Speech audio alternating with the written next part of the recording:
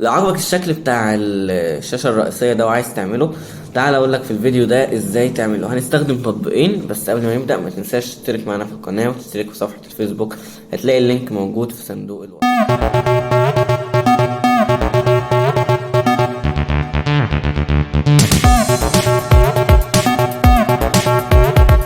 معانا النهارده تطبيق اسمه سوبر فولدر. التطبيق ده المفروض كان ينزل في الميو اي 14 بس ما نزلش، نزلت في النسخ الصينية. تطبيق واخد فوق ال4 نجمة وواخد 100,000 عملية تنزيل. تعال ندخل على التطبيق. أول ما تدخل بيديك شوية حاجات توافق عليها، اللي هي الأذونات بتاعة التطبيق. بعد ما بتديها له تضغط اد فولدر، هتلاقيه اتضاف على الشاشة الرئيسية. أو لو عايز تجيبه بطريقة سهلة تضغط على الشاشة الرئيسية ضغطة طويلة، الإضافات، وبعدين الويدجز بتاعة التطبيق ده. تقدر تحط بقى عدد التطبيقات اللي انت عايزها، عايز تحط 9 عادي، 6 براحتك. وتقدر تختار التقسيمة بتاعتهم، عايز تحط 3 كبار و4 مثلا صغيرين لو انت حاطط 7 تطبيقات، او على حسب التطبيقات اللي انت حاططها.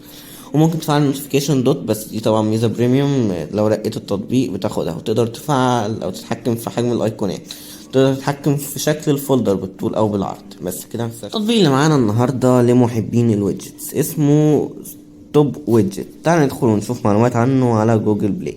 تطبيق واخد 50,000 عملية تنزيل، يعني لسه الحقه علشان التطبيق بيقدم لك ويدجتس كويس. تعال نفتح التطبيق ونشوف الويدجتس اللي جواه. بيقدم لك ويدجتس متنوعة ومقسمهم لكذا قسم، بتختار اللي انت عايزه. هتلاقي ويدجتس بيبقى عليها علامة تاج ذهبي، دي بفلوس لو انت رقيت التطبيق.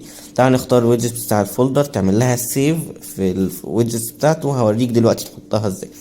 تدخل على الشاشة الرئيسية، تضغط ضغطة طويلة وتختار الويدجت بتاعت التطبيق على حسب الحجم. بيجيب لك الويدجتس اللي انت حافظها. مثلا تعال نختار الويدجت بتاع الفولدر اللي احنا لسه حافظينها دلوقتي. بس خد بالك لو انت موبايلك عربي التطبيقات هتبقى معكوسة، يعني الفيسبوك هو تويتر وتويتر هو الفيسبوك. بس كده. متنساش تشترك في الفيسبوك واليوتيوب. سلام.